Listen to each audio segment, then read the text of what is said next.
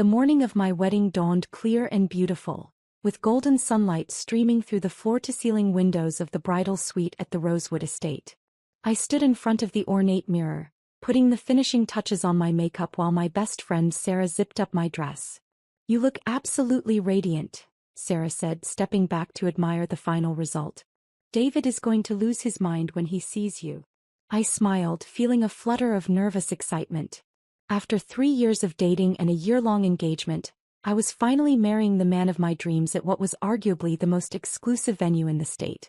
"I still can't believe you managed to book the Rosewood estate," Sarah continued, adjusting the train of my dress.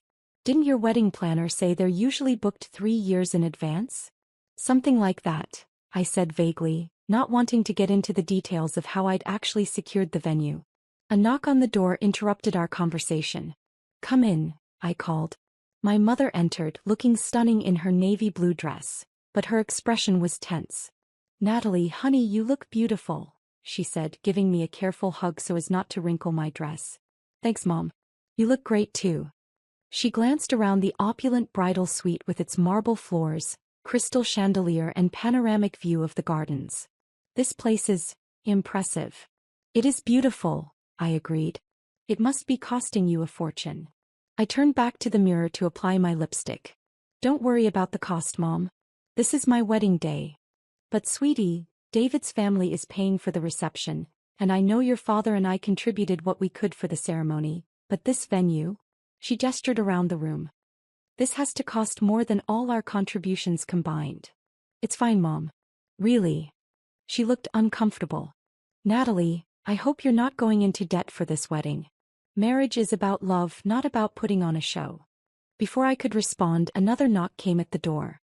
This time it was my sister Jennifer, followed by my Aunt Carol and my cousin Lisa. "The bride," Jennifer exclaimed, though her smile seemed forced.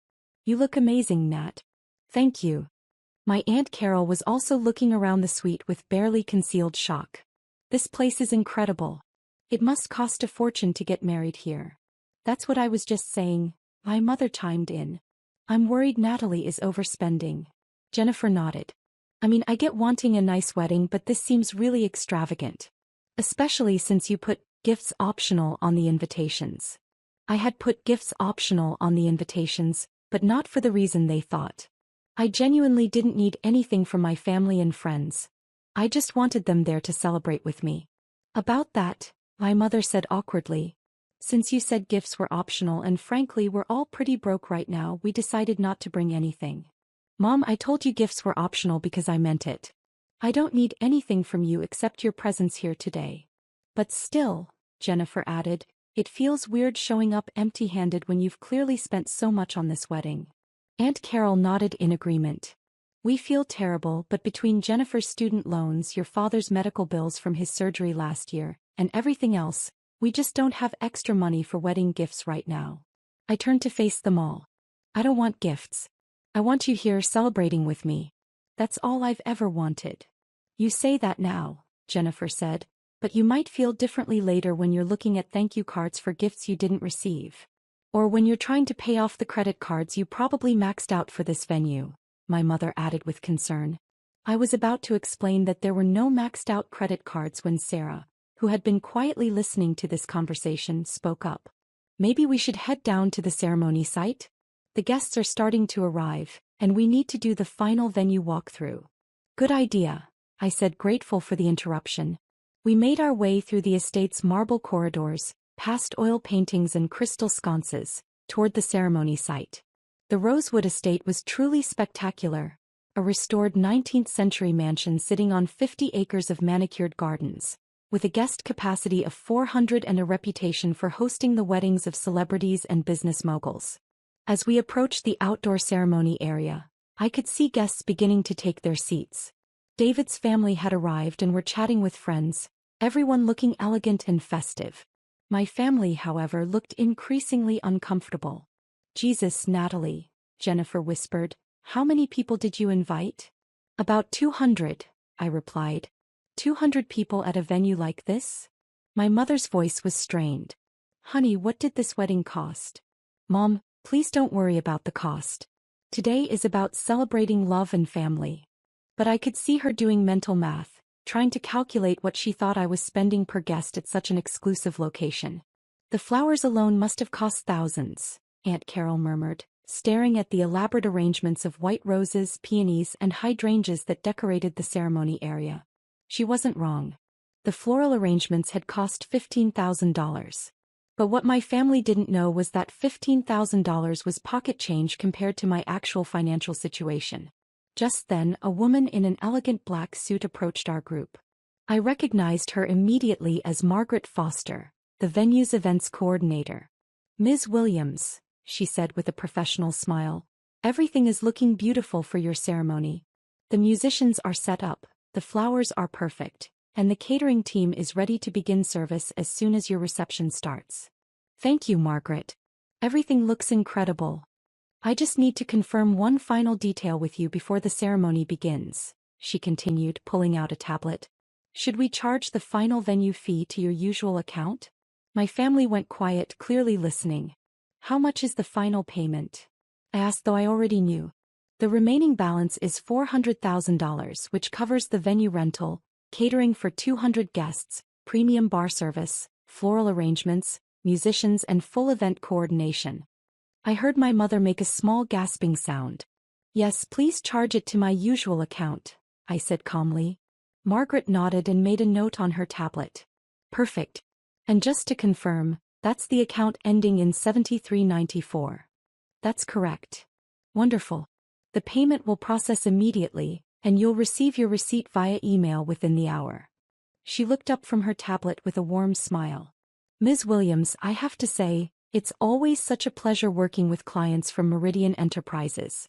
Your company has hosted some of our most memorable events here at the Rosewood Estate."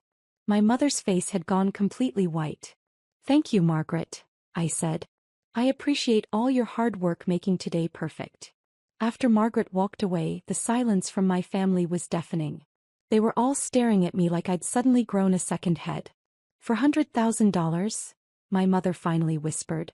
"For a wedding?" Jennifer added, her voice barely audible. "Natalie," Aunt Carol said slowly, "what did she mean about Meridian Enterprises?" I took a deep breath. I had hoped to get through the ceremony before having this conversation, but it seemed the universe had other plans. "Meridian Enterprises is my company," I said simply. "Your company?" my mother repeated. "I own Meridian Enterprises, yes." Jennifer was staring at me like I was speaking a foreign language. "You own a company?" "I own several companies, actually. Meridian Enterprises is just the largest one." "What kind of company is it?" my mother asked weakly. "We develop and manufacture sustainable energy systems for commercial and residential use. Solar panel arrays, wind turbines, battery storage systems, that sort of thing." "How big is this company?" Aunt Carol asked. "Last year we had revenue of about $340 million. The silence that followed was so complete I could hear birds chirping in the gardens around us. $340 million, my mother said faintly. "Give or take, yes." "Natalie," Jennifer said, "what exactly do you do at this company?" "I'm the CEO and majority owner." "Since when?" "I started the company 7 years ago, right after college. It took a few years to really take off, but we've been growing steadily." My mother sat down heavily on a nearby bench. "I think I need a minute to process this." "Mom, are you okay?" "Natalie, we thought you worked in... What did you tell us you did?" "I told you I worked in renewable energy consulting." "We thought that meant you were like... an assistant or something. Someone who helped real consultants with their paperwork." I couldn't help but laugh. "No, Mom. I'm the CEO of one of the largest renewable energy companies in the state." "But you live in that modest apartment," Jennifer protested. "I live modestly by choice. I don't need a mansion to be happy. And you drive that old Toyota. It's reliable and fuel efficient. Why would I need anything else?" Aunt Carol was looking around at the venue with new understanding. "So when you said you could afford this wedding..." "I meant I could easily afford this wedding without going into debt or affecting my lifestyle in any way." "How much are you worth?" Jennifer asked bluntly. "Personally, after taxes and business reinvestment, probably around $89 million. My mother made another gasping sound. "But why didn't you tell us?" she asked. Why let us think you were struggling financially? I never said I was struggling. You assumed I was struggling because I live modestly and drive an older car. We offered to help you with your rent, Jennifer pointed out. And I politely declined every time. We thought you were just being proud. I was being honest. I didn't need help with rent. My mother was shaking her head slowly. All those times we worried about you. All those conversations about you needing to find a more stable job. You worried because you love me and I appreciated that. But you never actually asked about the details of my work. Because we thought we knew what you did. You thought you knew, but you never asked for specifics. Every time I tried to talk about my projects or my business growth, the conversation would shift to something else. Sarah, who had been standing quietly nearby during this entire exchange, finally spoke up. Maybe we should head to the ceremony site? Your guests are seated and David is probably wondering where you are. You're right, I said, grateful for the redirection. As we walked toward the beautifully decorated altar, my mother caught my arm. Natalie, I'm so sorry we showed up empty-handed. If we had known. Mom, I meant what I said in the invitation. I don't want gifts. I have everything I need. But we feel terrible. Don't. The only gift I want is having my family here to witness this moment. Still, Jennifer said, we should have brought something. You brought yourselves. That's all I wanted. As we reached the ceremony site, I could see David waiting at the altar in his perfectly tailored tuxedo, looking handsome and nervous. His parents, successful business owners themselves, were seated in the front row, beaming with pride. One more question, my mother said quietly. Does David know about your financial situation? I smiled. Mom, David is my business partner as well as my fiancé. He's the Chief Technology Officer at Meridian Enterprises. We've been building the company together for the past 3 years. So he's also quite wealthy, yes. Though not as wealthy as me, I added with a grin. My mother sat down in her seat, still looking dazed. The ceremony itself was beautiful. As David and I exchanged vows under an archway of white roses, with 200 of our friends and family members looking on, I felt overwhelmed with happiness. The venue was spectacular, the weather was perfect, and I was marrying my best friend and business partner. During the reception held in the estate's grand ballroom, my family gradually began to relax and enjoy themselves. The food was incredible, the band was fantastic, and the champagne was flowing freely. But I noticed my relatives were still acting a bit awkward around me, as if they weren't sure how to relate to this new version of me they'd discovered. During dinner, my father pulled me aside. Natalie, I owe you an apology, he said. For what, Dad? For not taking your work seriously. For assuming you needed our financial help. For not asking better questions about what you were building. Dad, you don't need to apologize. You were being a caring parent. But we missed so much. All these years, you were building something incredible and we had no idea. I looked around the elegant ballroom filled with friends, colleagues, and family members, all celebrating David's and my future together. You know what the funny thing is? I said. What? I kept my success quiet partly because I was afraid it would change how you saw me. I was worried you'd start treating me differently if you knew I was wealthy. And now. I watched as my mother chatted animatedly with David's parents, clearly enjoying herself despite her earlier shock. Jennifer was on the dance floor with her husband, laughing and spinning to the music. Aunt Carol was sampling the dessert table with obvious delight. Now I realize that the people who truly love you will celebrate your success, not resent it. My father smiled. We are proud of you, sweetheart. We always have been.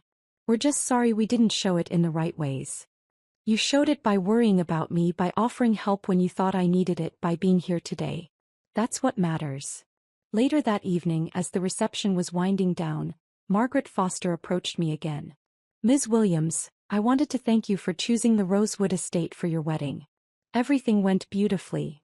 Thank you, Margaret. Your team was incredible. I also wanted to mention that we'd love to discuss hosting your company's annual conference here next year. I know Meridian Enterprises usually books the downtown convention center, but we have corporate event packages that might interest you. My mother, who was standing nearby, overheard this conversation. Your company has an annual conference? She asked after Margaret walked away. Every year. About 800 employees, plus clients and partners. Usually around 1,200 people total. 1,200 people work for you? Well, they work for the company. But yes, Meridian Enterprises employs about 800 people directly, plus we contract with dozens of smaller firms. My mother shook her head in amazement. I still can't believe we didn't know any of this. You know now, I said simply. As David and I prepared to leave for our honeymoon, 2 weeks in Tuscany at a private villa I'd rented for the occasion. My family gathered around to say goodbye. Where are you going for your honeymoon? Jennifer asked. Italy, I replied. That sounds wonderful, my mother said. You've earned it after planning such a beautiful wedding. Actually, David interjected with a grin, Natalie didn't plan this wedding. She hired a team of event planners. She's been way too busy with the European expansion of the company. European expansion? Aunt Carol asked. We're opening offices in Germany, France, and the UK next year, I explained. It's been consuming most of my time lately. No wonder you didn't want wedding gifts, Jennifer said with a laugh. What could we possibly give you that you don't already have? You gave me exactly what I wanted, I said, looking around at my family's faces. You gave me your presence, your love, and your support. That's worth more than any physical gift. Even though we thought you were broke and showed up empty-handed? My mother asked with a rueful smile. Especially because of that. You came to celebrate my happiness even when you thought you couldn't afford to bring gifts. That tells me everything I need to know about your character and your love for me. As David and I drove away from the Rosewood estate in our rental car, a practical sedan that had confused the valet staff, who were expecting something more luxurious, I reflected on the day's revelations. How do you feel about your family knowing the truth now? David asked. Relieved, I said honestly. I didn't realize how much energy I was putting into hiding my success from them. And how do you think they're handling it? Better than I expected. I think they're more shocked that they missed the signs than they are impressed by the money itself. Your mom seemed pretty impressed by the money. I laughed. She was shocked by the wedding bill. But I think what really got to her was realizing she'd been offering to help me pay rent when I could have bought her house in cash without blinking. Well, now you won't have to deflect their offers of financial help anymore. True. Although I suspect I'm going to start getting requests for financial help from extended family members I haven't heard from in years. David grinned. The price of success. Worth it though. Especially since I get to build this empire with my favorite person in the world. As we drove toward the airport for our Italian honeymoon, I thought about the conversation I'd have with my family when we returned. There would probably be questions about the business, curiosity about our lifestyle, and maybe some awkwardness as they adjusted to seeing me differently. But for the first time in years, I wouldn't have to hide who I really was or downplay my achievements. I could be fully myself, successful businesswoman, loving daughter, and now happily married wife. And my family would love me for exactly who I was, just as they always had. 3 months later, my parents visited the Meridian Enterprises headquarters for the first time. I gave them a full tour of our research and development labs, introduced them to key members of my executive team, and explained how our sustainable energy systems were helping reduce carbon emissions across the country. I'm so proud of what you've built, my mother said as we stood in my corner office, looking out over the city through floor-to-ceiling windows. We're both proud, my father added. And we're sorry it took us so long to really understand what you do. I'm proud of you too, I said. You raised me to work hard, treat people fairly, and build something meaningful. Everything I've accomplished comes from the values you taught me. Even if we didn't recognize your success when we saw it? Especially because of that. You loved me when you thought I was struggling, and you're proud of me now that you know I'm successful. That consistency means everything. As they prepared to leave that day, my mother handed me a small wrapped box. What's this? I asked. A very belated wedding gift, she said with a smile. Inside was a simple silver picture frame, and nestled within it was a photo from my wedding day. The moment right after David and I were pronounced husband and wife, both of us laughing with pure joy. It's perfect, I said, meaning it completely. We know you don't need anything material from us, my father said. But we wanted you to have something that represents our love and support. This is the best wedding gift you could have given me. And it was true. Because while I could afford to buy anything I wanted, the most valuable things in my life, love, family, and genuine relationships, couldn't be purchased at any price. They could only be earned through honesty, authenticity, and the courage to be your true self, even when it meant revealing just how successful you'd become. Sometimes the best gifts really are the ones that cost nothing but mean everything.